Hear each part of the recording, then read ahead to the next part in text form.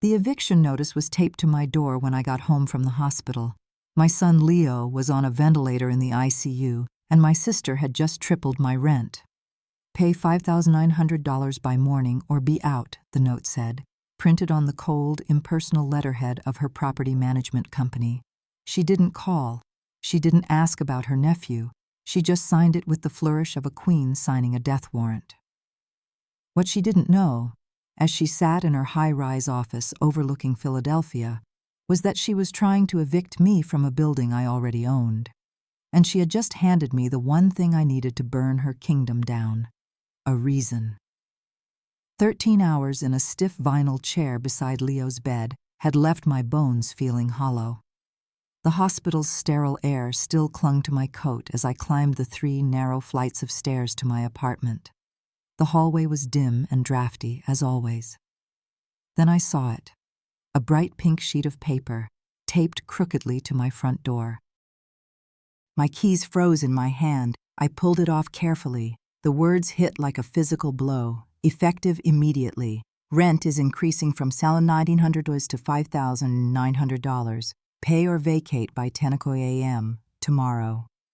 At the bottom, the signature, Isabel Hayes, Managing Partner, Hayes Properties, LLC. My own sister. I unlocked the door and stepped into the cold apartment. I hadn't turned on the heat, having spent the last few nights sleeping in the hospital's family waiting room. I dropped my bag and sank onto the worn-out couch, the notice still clutched in my hand. It wasn't always like this.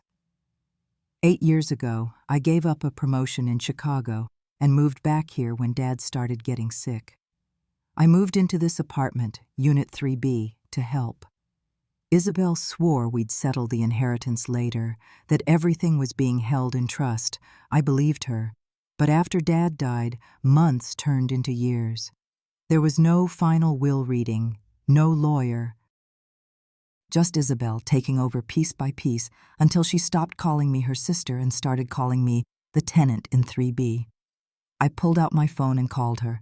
It went straight to voicemail. "Isabel, it's Lena," I said, my voice shaking slightly. "I just got the notice. Leo is still in the ICU. I can't deal with moving right now. Please, can we just talk?" Her reply came an hour later via text. "This isn't personal, Lena. It's business. You've had below-market rent for long enough. No question about Leo, no shred of concern, just the cold, hard click of commerce." The radiator hissed in the corner. I went to the kitchen to make tea when a soft knock came at the door. It was Mrs. Gable from 2A, a widow who always smelled faintly of lavender. She held out a container of soup. "Thought you could use something warm, dear," she said, her kind eyes landing on the pink paper in my hand. She left one on my door too last fall. Told me I could find other accommodations if I didn't like it. She patted my arm gently. "You don't deserve this, and neither does that sweet boy of yours. She's cold, that one." When the door clicked shut, the silence in the apartment felt thicker. By 3 a.m., I was back at the hospital, watching the rhythmic pulse of the machines keeping my son alive. I pulled out my laptop. The hospital's Wi-Fi was slow, but it was enough. I logged into a secure cloud folder and opened a PDF I'd nearly forgotten about. Deed transfer, 1217 Astor Street. My name was there in thick legal font. Lena Hayes, sole owner. Dated 2 weeks before Dad went into his final surgery. Notarized, filed, and quietly finalized. I had saved it out of grief, a final piece of him, but I had never used it. I had never wanted to. I looked at my son's small face, the rise and fall of his chest, and then back at the screen. I reached into my bag and pulled out a plain black envelope. It was stiff, heavy, the seal still intact. My father had given it to me with the deed. "Only open this if she makes you forget who you are," he'd said. That pink slip had changed everything. My fingers curled around the envelope.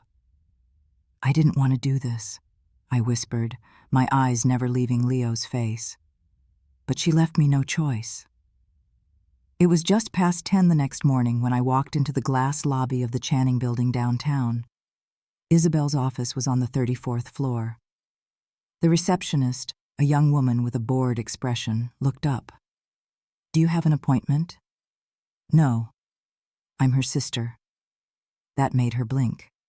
She picked up the phone and murmured something into the receiver. I didn't wait. I walked past the desk toward the glass door marked Executive Suite. A young man in a sharp navy blazer stepped into my path. "Miss Hayes isn't seeing anyone without an appointment." "I'm her sister," I repeated. He gave a dry, pitying chuckle. "Not in this office, you're not." There it was, the dismissal, the casual erasure. I looked past him. "Tell her I'm here, or I'll tell security what's buried in the basement filing cabinet under D for deed." His smug expression faltered. 5 minutes later, I was walking into an office large enough to land a helicopter in.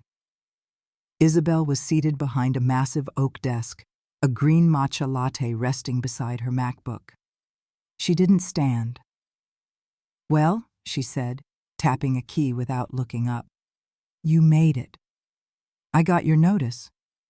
"The market changes, Lena," she said, finally meeting my eyes.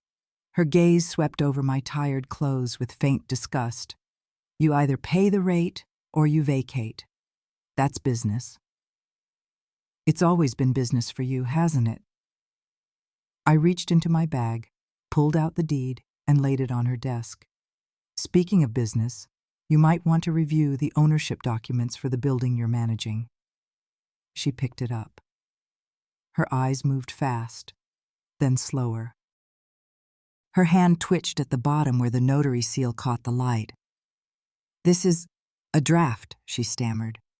"It's the finalized deed, fully notarized, dated 2 months before Dad passed. I'm the legal owner. Isabel, not partial, not pending, full." Her cool composure finally cracked. "I've been managing that property for 6 years. I've handled the taxes, the repairs."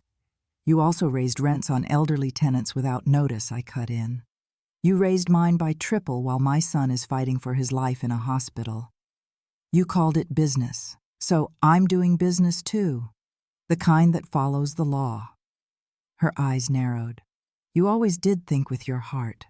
That's why you'll always be small." The insult was meant to sting, and it did. But this time, something else rose with it, a cold, hard resolve. I stood and gathered the document. "You didn't just try to evict me," I said, my voice steady. "You tried to evict your nephew while he was hooked up to a ventilator." I turned and walked out. No yelling, no final shot. Just the quiet click of the door shutting behind me. 2 days passed in a tense silence. Then my phone rang. It was the hospital. "Lena, it's Dr. Aris," he said. "Leo's stable. He's breathing easier. If all goes well, you might be able to bring him home by the end of the week." Tears of relief streamed down my face. "Are you serious?" I wouldn't say it if I wasn't. I hung up, my heart soaring. We were almost there. We were going to be okay. Then my phone buzzed again, a text from a number I didn't recognize. "Check your email. You've been served." I opened my laptop. There it was, a civil complaint filed in the Superior Court. Plaintiff, Isabel Hayes, alleging fraudulent transfer of deed. And attached, a second motion, a petition for emergency custody of Leo, citing my emotional volatility and mental unfitness as a risk to my child. She was trying to take my son, and just like that, the air left my lungs. The fight wasn't about a building anymore. This was war. I didn't answer my lawyer right away. I stood there, phone pressed to my ear, and walked straight back into the hospital. Leo was awake, a coloring book on his lap. "Mommy," he said, his eyes lighting up. "You came back." I knelt by his bed. "I'll always come back for you." "When can we go home?" "Soon, baby." really soon. I kissed his forehead, my heart aching with a fierce, protective love. I have to take care of something important, but I'll be back. An hour later, I walked into the law office of Eleanor Vance. She was a woman in her 50s with sharp eyes and a reputation for taking on bullies.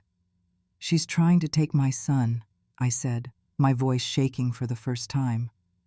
Eleanor didn't flinch. She just opened a file. "Then we give her nothing to stand on. Show me everything." We spent the next 2 days building a fortress of facts. Eleanor's team dug into Hayes Properties, LLC. What they found was staggering. Fake maintenance companies, consulting fees funneled into Isabel's personal accounts, rent ledgers for tenants who didn't exist. She had been systematically draining the building's funds for years. "And this," Eleanor said, sliding a document across the desk, "she forged your signature on these withdrawal authorizations." My own name curving in ways I'd never learned to write. She hadn't just been stealing from the building, she'd been stealing in my name. The custody hearing was in a cold, quiet courtroom. Isabel sat across from me, a mask of concerned sorrow on her face. Her lawyer argued that I was unstable, erratic, a danger to my own child. "She's made a public mess of our family," Isabel said dramatically, dabbing a tear from her eye. "Leo needs stability. I can offer him that." When it was our turn, Eleanor stood. She didn't raise her voice. She simply presented the facts. The fraudulent invoices, the sworn affidavits from the elderly tenants Isabel had tried to evict, the bank statements showing money being funneled into offshore accounts. And then, the voice recording from the black envelope my father had left me. I had finally opened it. It was a recording of a conversation between him and Isabel, made a month before he died. "She's not fit to own it," Isabel's voice echoed in the silent courtroom. "Lena is weak. That boy of hers is just another liability. Give it to me, Dad. I know how to make it profitable." "Profit isn't the point, Isabel," my father's tired voice replied. "Family is. And Lena is the only one who ever understood that." The silence that followed was damning. I stood when Eleanor gave me the nod. "Your Honor," I said, my voice clear and steady. "My sister is right about one thing. My son does need stability. He needs a home where he is safe. He needs a mother who will fight for him. She claims I am unstable. I call it being a mother. She tried to take my home while my son was in the hospital. She tried to take my son when she realized she couldn't take my home. This isn't about his welfare. It's about control." The judge, a stern man with weary eyes, looked from Isabel to me. He didn't speak for a long moment. Then he delivered his ruling. "Petition for custody is denied. This court grants emergency sole custody to Lena Hayes effective immediately. Furthermore, based on the evidence presented, I am referring this case to the District Attorney's Office for a full criminal investigation into the financial activities of Hayes Properties, LLC." The gavel came down like thunder. As the courtroom emptied, Isabel walked past me, her face a mask of cold fury. "You'll regret this," she hissed. "No," I said, meeting her gaze without flinching. "I'll rebuild. You'll have to live with what you broke." 2 weeks later, Leo came home. The apartment building was quieter now, but it was a different kind of quiet. Not fear, but peace. The tenants had started a community garden on the roof. Mrs. Gable brought us a pot of homemade chili. The mural had gone up in the lobby, painted by the kids on the 4th floor. It was a sprawling, colorful tree, with names on the leaves instead of just initials. That evening, Leo and I sat on the balcony, watching the sunset melt over the Philadelphia skyline. He was tugging a small tomato plant toward the sun. "Mommy," he said, his voice full of the easy confidence of a child who feels safe. "This is ours, right? All of it?" I looked out at the city, at the sky, at the home that had once been a cage. All of it, sweetheart, I said, pulling him close. Not just the building. The peace, too. He nodded, as if he already knew.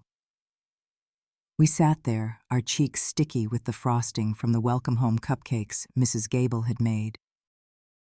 They had tried to raise the rent on my silence, to evict my worth, but peace doesn't ask for permission. It just begins where the noise ends. And in that silence, I remembered something they had long forgotten. I didn't need a key to the building. I was always the foundation.